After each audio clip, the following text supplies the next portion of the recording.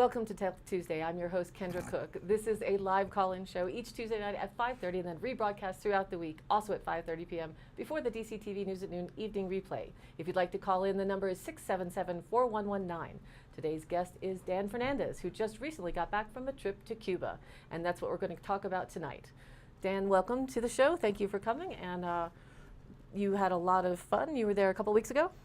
Yeah, we were there about 2 weeks ago, Okay. and it's a trip that my wife and I had planned for quite some time. We went to Cuba with one of the educational programs. This program was basically called People to People, and so we had an opportunity to tour the south central part of the country all the way up to the northwest in Cuba, and it was absolutely fascinating. In a lot of regards, we basically stepped back in time. And you took your camel with you. Took my camera with me, and yes, so we have a series of slides that we're going to show, and then we'll discuss the slides. Okay, and if at some point, if somebody would like to call in, again, the number is 677-4119, and we'll take your calls if you have any questions as we go along. So let's get started. Is there a first image?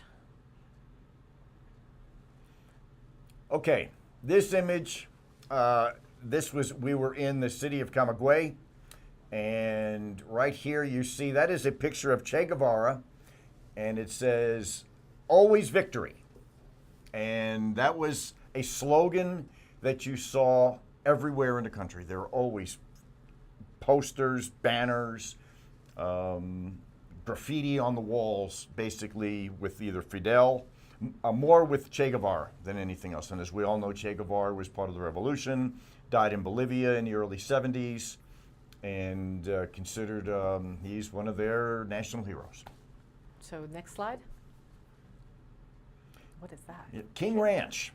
King Ranch, back in the, and I'm trying to remember the date, but it was back in the early 20s, I believe, established a huge ranch there, similar to the one that they have in Florida. Cattle ranch. Cattle ranch. Yeah, I'm okay. sorry, Texas? Yes. A The huge one in cattle Texas. ranch in Texas. One thing about the cattle ranch, all the cows are owned by the government. Okay, Everything is owned by the government. right. So it's it's not like a portion of the government. I mean, it is the government owns the cattle, and they keep track of everything, because and beef there, even as a meal, is very, very expensive. Transportation. Yes. You know, again, besides the cars, and we'll see some cars here coming up shortly, the transportation in a lot of regards is what you see, horse and buggy. The road system is relatively modern, but there are not a lot of cars on it. You see a lot of horse-drawn carts, carriages. I think we'll see some bicycle transportation that they have, similar to what you would see in Thailand or Vietnam. You know, Right, the pedal carts. the pedal carts. Yeah, you see the pedal carts. And you said that if there is a newer car, that's a government car. Generally, speaking. we didn't see a lot of newer cars that were not government owned, but you see, it was a continual auto show, antique auto show, continual. Everywhere we went, it was, and probably 30% of the cars on the road are the old vehicles. It's remarkable, and the condition of some of them, they're in spectacular condition. The gasoline, they do some importing from Venezuela for gas. What else? Gasoline was Pricey? It's about $1 a liter is what it was. But again, you don't see a lot of motorcycles, so people really struggle sometimes with the cost of fuel. That's why you don't see a lot of vehicles. Remember, these are people who legally make about $30 a month as a salary. So Right. you're not gonna run around in your car very much with especially with gas at $1 a quart. This was absolutely a remarkable photo, and this is no longer being used, but what you're looking at is, if you see that taller object in the center of the photo, a big square, that used to be where they would put a television, and then the entire community would sit on those benches. They used to be able to get a few channels, so they would all have to decide what channel they were going to watch, and this is what That's how they watch television in some of these more smaller and remote communities. They do have television now. There are very few channels, Also 5 or 6. State-run? No. Everything is everything state-run. state-run. With the only exception is in the hotels, I was able to watch CNN. In almost every hotel, I was able to get a CNN feed. They have Chinese feeds. They have feeds from all over the world. In some cases, it's limited, but satellite television technically is illegal, even though they have figured out ways around it. Wouldn't get into the black market here later, but this was just an absolute. We were stunned when we saw this.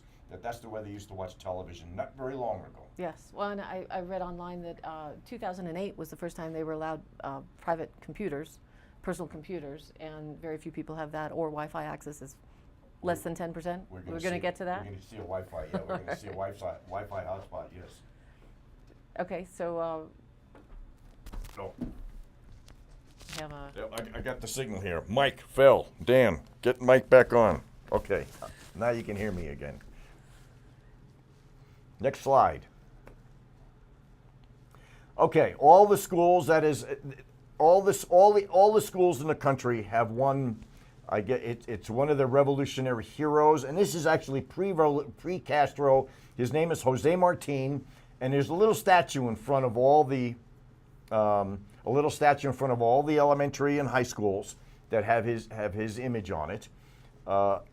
Education is mandatory. right, they have 98% literacy. They have yes, and everybody wears uniforms, and their uniform is based on the grade that they're in, and as they go through the system.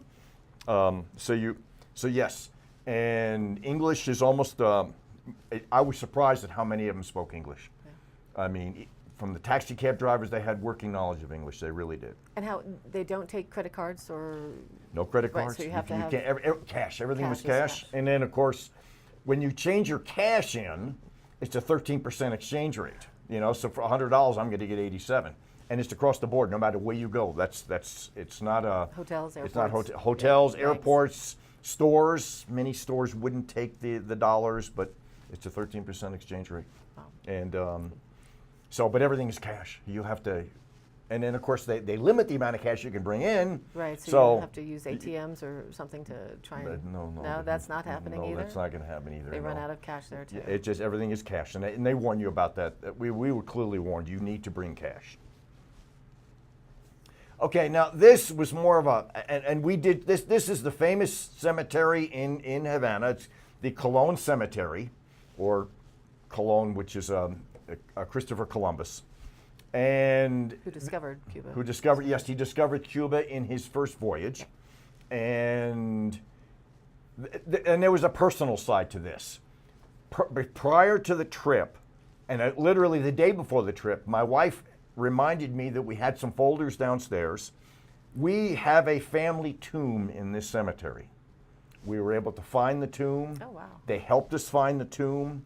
And so that was a big deal for us. I saw my grandmother and my great-grandfather. On your father's side? All on my everything's on my father's side, yes. So that was kind of an emotional deal. I was able to break away from the tour to do this. Even though we did come back to see the cemetery, I knew that I needed some time to get the location of where the grave was located. And it's funny, to find the grave, we had to get to a certain corner, and then we had to use paces. They said 26 paces, and then on your right is going to be the gravesite. And there it was right on. There. So, yes. Oh, and this actually is the record. There was nothing in most areas that we went to. Nothing was computerized. Nothing. Even in the cigar factories, which are world famous, everything was done. Everything handwritten. Everything, all the documentation was done by hand. And pen and pencil, and record books, and this was some of the ancient records that we found in the cemetery, and this is how they actually were able to locate my family grave, and that is my family grave, and it's an interesting process that they use. In the larger portion of the grave is where the casket goes. After so many years, and they apparently what they told us that every 2 years they lift up the grave to see the condition of the remains, They don't use standard caskets like we do. They're just basically a wooden box. Right. In preparation for that, when that totally deteriorates, Then they there's a compact it. smaller square section at the head of that where the remains are then gathered and put into a smaller box, and that's where they sit. So my grandmother and my great-grandfather are in that crypt. Internment. Yes. Yep. This is the famous Tropicana nightclub. If you've ever watched any of the movies from the 30s, 40s, and 50s, even Abbott and Costello, Bing Crosby, Bob Hope, all played here at the Tropicana. It's and probably one of their biggest features. The dancers come out with the huge headdresses on, and it's been going since, as you can see, 1930, I believe 1939. So that was interesting. Right here, we saw solar farms. So yeah, they were starting to get the solar energy. We actually passed several of these. So solar farms, something that they're working with right now. But everyone kept saying that we were going to have power outages. We never had a power outage. We never had a water outage the whole time we were there. So their basic utilities, which are subsidized through the local people, they do have to pay a little bit in utility bills, but most of it is completely subsidized by the government. There's one of your bicycle taxis. Saw a lot of these. Again, people don't have motorcycles. I will say this, because in the black market, everybody is working an angle here because of the low salaries. There is an absolutely remarkable, thriving black market for everything. There was one example that they gave us, soap operas, which the Cubans love soap operas. They love American soap operas. Oh, not the Televistas, but the No, actual they American love ones. American soap operas. So what they would do is a person would go to the United States, would download a whole series of soap operas online, bring it back on a memory stick, and then he would sell those soap operas for maybe 50 cents or something to each individual. He'd sell the whole series or that week or month worth of soap operas. But that's how they made their money. Also, they get a lot of transfer payments from the United States. Again, an image of Che Guevara. You see this again everywhere, on buildings, in billboards, everywhere. So, sugarcane. You know, Cuba is famous for its rums. Rums, molitos. Yeah, the mojitos. Yeah, in fact, every place we went, every place we stopped at, we always were given a welcome drink. Cuba Libre, or It was sometimes a Cuba Libre, sometimes it was a mojito. I mean, so we'd stop at one place, we'd get a welcome drink. Well, this is okay. and then this is after the welcome No, drink. yeah, that's after the. I've been in a lot of bathrooms in my years. I'm not sure. What I've I'm never seeing there. seen. Oh, is that a Hello Kitty or something? No. Those are fresh flowers in a men's urinal. I'd never seen that before. Had to edit it. Sorry. Okay. And there they are. It is now interesting about the cars. In many of these cases, in fact, many of these cars have been completely modified or adapted based on whatever's available locally. It's rare to find the original engine and transmission. Sometimes they've been modified even with air conditioning. Some of them had stereo radios inside, but a lot of times they've been converted to diesel. They would say they'd have a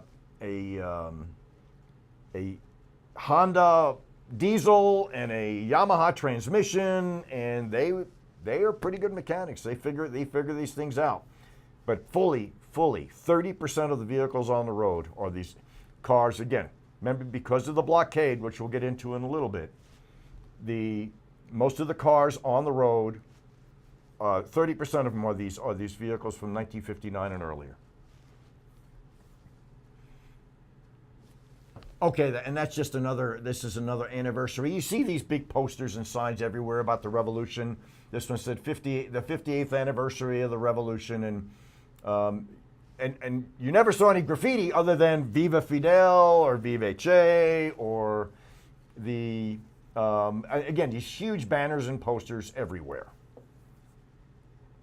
This was a shrimp farm. So again, their proximity to the ocean, a lot of the meals we had fish. One interesting thing, because the restaurants that we went to, for the most part, were these privately owned. They were called paladors. But that food was modified to the American palate already. Ah. And again, they have some very arcane rules about how many seats you can have. I believe right now most restaurants cannot have more than 54 seats. It's just that's just the way they are. And the private ones have to pay, the government owns basically 51% of everything, and then they have to pay a very hefty tax to the government for any of their profits. This is also the beach. Well, this is also the beach, but again, look at the parking lot in this photo. It's like a car show. It's just like an antique car show. And if it's not American cars, there were a lot of Russian cars. Remember, the Russians were in Cuba up until the early 90s when they finally left, which the way they left Cuba really, really hurt their economy. In fact, they called it the dark days. I mean, it's bad enough that they had the blockade with the United States, but when the Russians left and pulled all their resources out and stopped their shipments of oil and everything, things they said in Cuba got very, very bad. A lot of hardships. Public housing. You see a lot of, this is your basic public housing, again, paid by the government, taken care of by the government. They called it the list. You would be put on a list. If you needed public housing, if you needed to get out or whatever, they put you on a list. And every neighborhood had a list of available housing, and if people left or moved or whatever. So you had to get on literally called the list. And I didn't even want to think about how you decided to get a better accommodations or how that was going to work. Are there allowed for ownership of properties as Nope, far as nope. Everything is government. Everything. So everybody's house. Everybody's house is level. government owned, and even some of the big mansions that prior to the revolution in Havana, there were huge mansions everywhere. A lot of those mansions have either been turned into museums, government offices. Also, a lot of the embassies or consulates are all in a lot of the really beautiful, stunning homes that were part of prior to the revolution. And remember, there was a lot of infrastructure there that was created by the Americans. You had the mob. The mafia was big time in Cuba, dealing with the hotels and gambling. Many of those hotels were destroyed right after the revolution. They destroyed them. But you see, Meyer Lansky was there. I think his name is not Batista. Batista. There were several other famous mobsters from Las Vegas, right, that had a presence, and they have photographs of them, and so that was a big deal. And if you wanted to call in, 677-4119 is the number, and we'll continue on with some more of the slides. Now, this was interesting. Zika in a lot of the tropical islands has been a big deal. What you're looking at here, and that little unit that's sitting on the ground, this is a military person. That is a fumigation. And everywhere we went, they were going through and fumigating the homes. Now, we were prepared we had insect repellent and everything prepared just to make sure we didn't have a problem. But we didn't run into any mosquitoes until we got near the Capitol. These guys were going, you could see brigades of these people with these fumigation things would just go in and just fumigate the homes. Did you feel the presence of the military on the street too? No, you They didn't were not see. visible. You did not see the military. You didn't see the police. There was virtually. They said there's no crime. They said, and I never felt when we were wandering around just talking to people. We never felt. We didn't get any. And remember, a lot of times they could feel that I was an American, but I spoke Spanish. Right. I never heard anyone say behind me or something something like about that. you. Say something bad about Americans. You're an American. Very, very friendly, all across the board, everywhere we went. It was actually very enjoyable, and you felt safe. I really did not fear for my safety at all at any time on this trip, and and they drove sanely. I guess you don't want to wreck one of those cars. Right. Okay. This is a Wi-Fi hotspot. This is a big deal.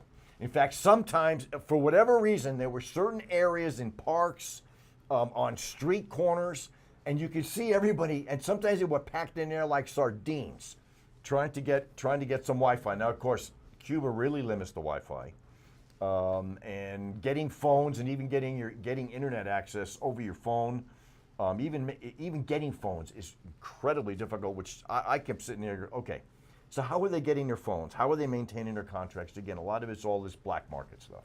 Everything is underground, black market, and they manage. They manage. But this is a Wi-Fi hotspot. Okay. Huge billboards all over everywhere we went. We saw this. It says the bloqueo, which is in their term blockade, and that's a fist punching Uncle Sam.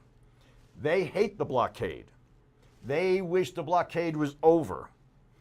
And this, as we all know, Obama 2 years ago lifted portions of it, made it easier for people to travel to Cuba without having to go through the special education programs. So they were starting to feel some of the benefits. In fact, with all the airlines going down, the cruise companies really started kicking it into gear. They said that there were probably 10,000 to maybe 15,000 jobs in the United States that were created as a result of loosening those restrictions. Now, granted, there is a faction in the United States, generally in South Florida, that is very anti-Castro still, and they with Trump in power now, they basically convinced him, and personally, I think it was just based on votes. He wants to try to sew up that Cuban vote that's anti-Castro down there, but it's going to hurt jobs. There was a lot of commerce. Now, some hotels that were getting ready to get established down there are thinking twice about either remodeling or putting in some new hotels. Again, they still would have to be owned by the government, 51%. So there were a lot of political aspects. Economically, I mean, they're screaming for things from the United States. They really are. They really, really would just like to be able to have full access to our markets, and the United States could have full access to the markets. So, didn't happen, and they're still, look, we're repeating what they've been doing for 50 years. 50 years it didn't work, so they're still back at it again. So, hopefully it can be modified. They didn't restrict some of the things, like tourists can still bring back rum and cigars. A certain amount, like $400. Well, it's $400 worth, but it's all, and they'll ask you when you come through, is that rum and cigars for personal use? Yes, it is.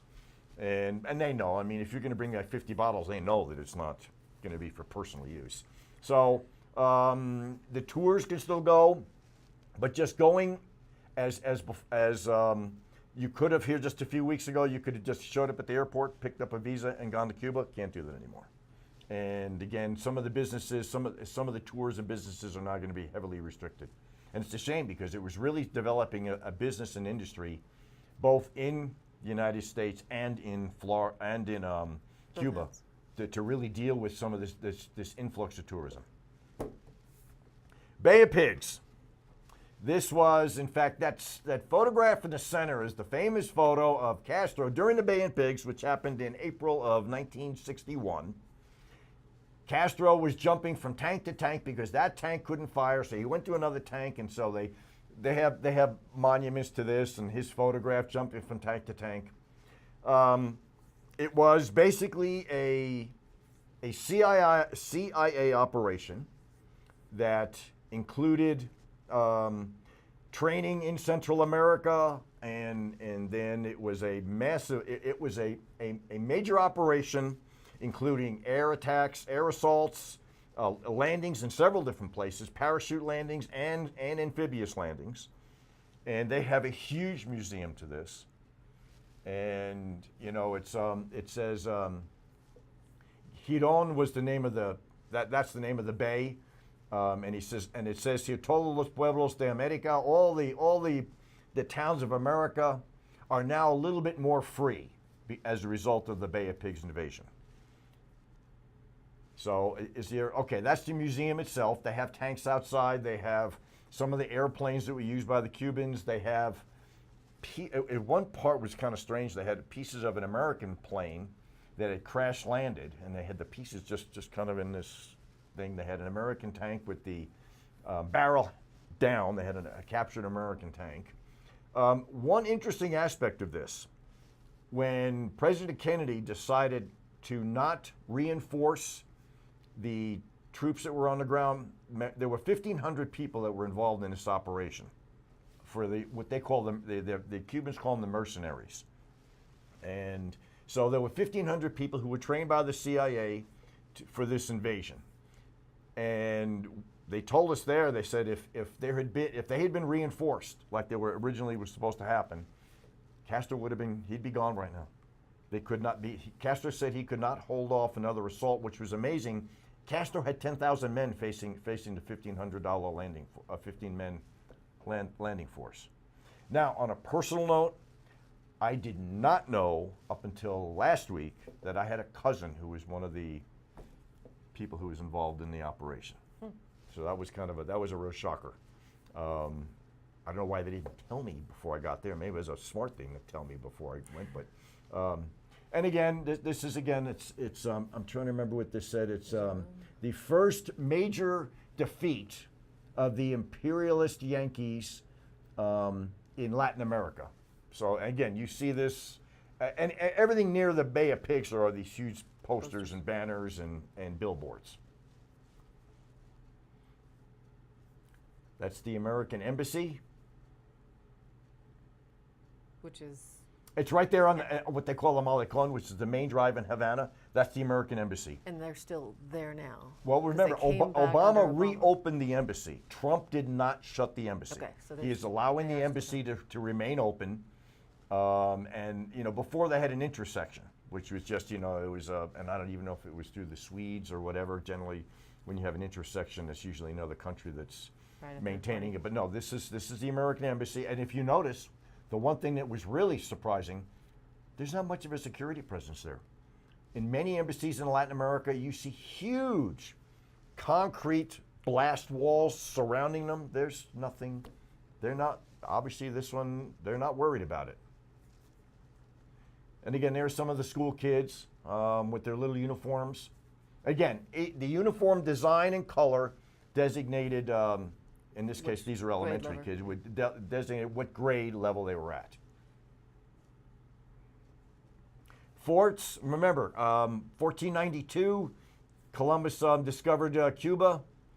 And this fort, I believe, was from 1510. And because of the natural harbor there in Havana, they had the harbor on both sides was heavily fortified. And you saw a lot of the old forts and everything, but this is just one of the old forts that's in remarkable condition. Now, the history of, after the Spanish-American War, a lot of the fortifications, the city was completely walled at one point. A lot of those walls were destroyed after the Spanish-American War.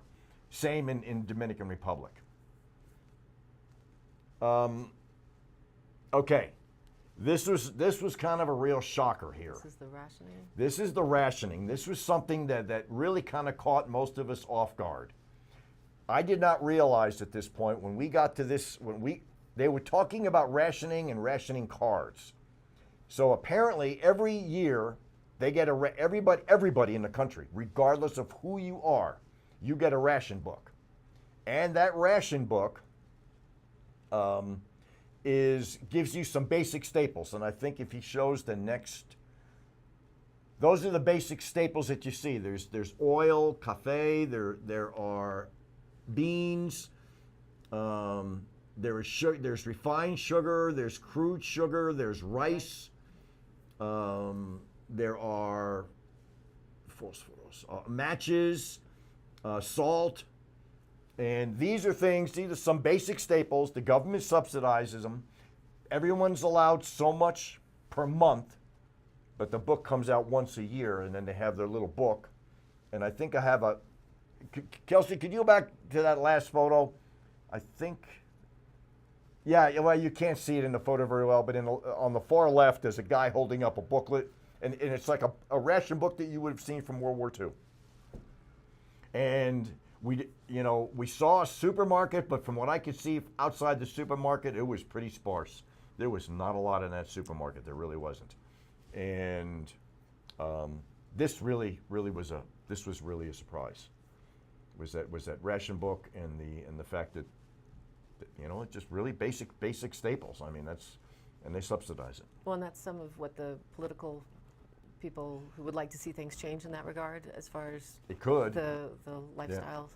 Yeah, it could. It really could. I sometimes think you show enough capital. They know, most of the Cubans know what's out there. They know what's out there. They would like to see some of it. But did we see any sort of or hear of anybody saying, well, we think we really need to change? What they're really hoping is that the blockade will be finally dropped. And so they're really hoping on tourism as a I think in this case, you get enough tourists, and we did see a lot of American tourists. I think that's going to slow down now because of the reimposition of some of the restrictions. But the tourism is a great way to do it. I mean, and the Cubans, everywhere we went, again, coming up to us, just curious. Do we have some more photos? Should have one or two, I think. Nope, that's the end. Is that it? That is it. Okay. Well, there was one other photo. I guess I forgot to put it in there. In the rural areas, we saw two large buildings in the middle of a sugarcane field, and I had remembered reading years ago about students going to these are high school students. They would go to school during the day, and then they would work in the fields in the afternoon. In the afternoon, they would work in the fields. So there was this huge complex sitting out in the middle of these farm fields, and there's a tremendous amount of open land still in Cuba. We see this. They explain it. The one building was a dormitory. The other building were the classrooms. So in the rural areas, the students are always given that opportunity. It's all free. They don't pay for anything. All their room and board is taken care of. And part of the deal is they go to school. So it's not free. You're sort of working for. Well, yeah, and I don't know what they get paid. I didn't ask that question, and I should have, whether they got paid or not. But they said that all their expenses are taken care of. Right. So, but yes, they had classrooms, and then they would go out and work the fields. And the weather there, I had read that they had one snow record in 1857 or something. Was the only time it snowed there. They do have some mountains that are about 3,000 and 4,000 feet high. They are affected by cold fronts because they're close enough to the United States that so technically, when you're affected by a cold front, you're called subtropical. Mm-hmm. So yes, they are affected, but when we were there, it was a steam bath. It was an absolute steam bath. It was, to a degree, it was uncomfortable, but even the older hotels that we stayed in had air conditioning. Again, all government run. Right. And by the way, the government run hotels had the more authentic Cuban food. So when we ate at a government-run hotel, generally they had authentic Cuban food. It was the private hotels which adjusted their food flavor to foreign palate. To foreign palate, yes. I guess any questions? Any comments? Well, and did you get around to some of the smaller villages as well, or you were more in? No. We started out we went to. Let's see, Trinidad, we went to Cienfuegos, and these are relatively smaller towns.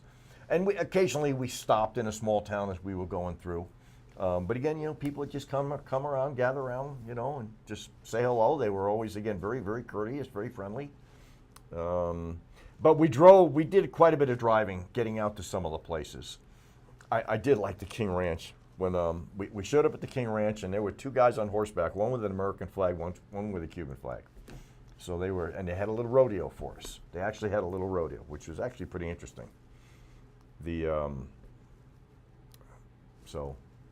Great. Well, one of the things that Condé Nast said, that the only way to understand Cuba is to be irrational, that it is a place of paradoxes. Would you agree with that? Oh yes, very much so. Because here you have a country that you're stepping back 50 years in time. Everything from their rail system is antiquated. We saw a lot of dilapidated factories. We saw some of the homes. In fact, we heard one statistic that kind of floored us. One apartment building a day collapses Yeah. in Havana. And I could see it, you know, and it's funny because they said when Obama went there, his entire route was repainted. So they said, and you could say that we went on part of that route, and they said, "You see how nice everything looks here?" So yeah, it looks pretty nice. That's because this was the route Obama took. So you know, they really rolled out the red carpet in more ways than one, the painted carpet, I guess. And yes, so they did show that. Yeah, they said online it talked about how it's the newest ruin. You've been to Rome, you've been to North Africa, and you go to Cuba, and there's real-time crumbling happening. Yeah, it is. Yeah, some of it. Yeah, and again, some of it was based on the revolution too. I mean, you know, some of the hotels or the casinos run by the mob were there two of them that were just basically destroyed. Others were they were completely kept up. There is no gambling in Cuba now. Right. So they had no gambling. And did you bring a cigar home? Oh yeah, I had to. Yeah, I had several orders for cigars, so yes, I did. And they're not cheap, by the way. I was really surprised when we went to that cigar factory, and that was the one thing. Apparently, a newspaper reporter from London had done a quote-unquote expose on the life of the Cuban cigar roller. By the way, almost all the rollers were women. They had that was the only time we actually saw military people were in the cigar factory, just kind of walking up and down the checking. And they showed us how to tell a true Cuban cigar versus some of the fakes. They said there are a tremendous number of fakes out there. And but we saw, you know, it's a 5-leaf. They have 5 leaves, and they show how they select the leaves. They went through the whole process, which is fascinating. And in watching them rolling these things, I mean, basically what they do is they get a 5-leaf that's just basically rolled, and then they do all the finish, and they can do it in 1 minute. But from start to finish, it takes a while. Yeah. They select the different tobaccos. They have a certain leaf that is used on the outside, and they have the interior leaves, and then they have the fines that they use in the cheaper cigars. So it's actually quite a process. Gotta go get that. And I was stunned. I had been watching this one lady and asking her some questions.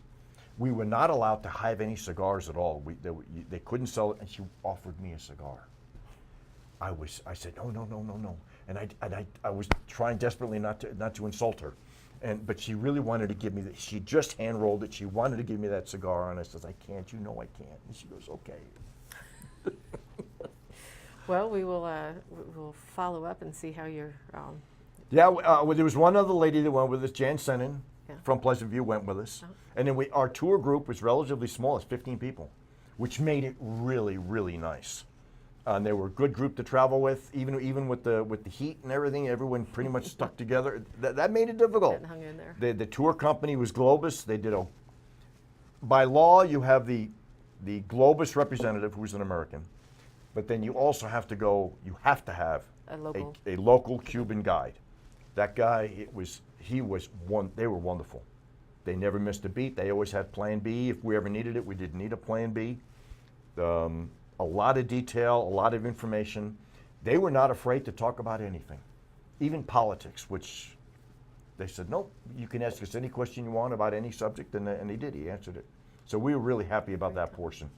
Good. Well, shall we wrap it up for today? I don't know. Any quick calls, anybody?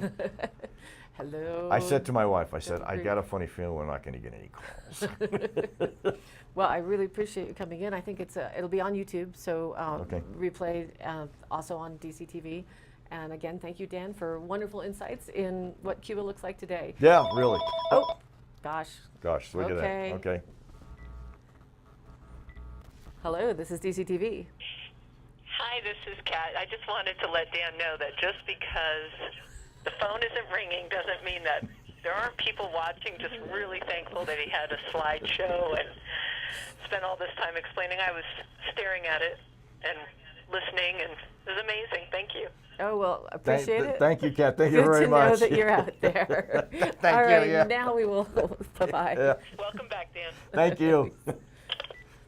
So now I will say, and thank you, our viewers, for watching. Thank you. This has been Talk Tuesday, a production of DCTV in association with the Southwest TV Translator Association and Dolores County Broadcasting. That's it for tonight. Be sure to check DCTV News at Noon on Facebook for more community information. I'm Kendra Cook.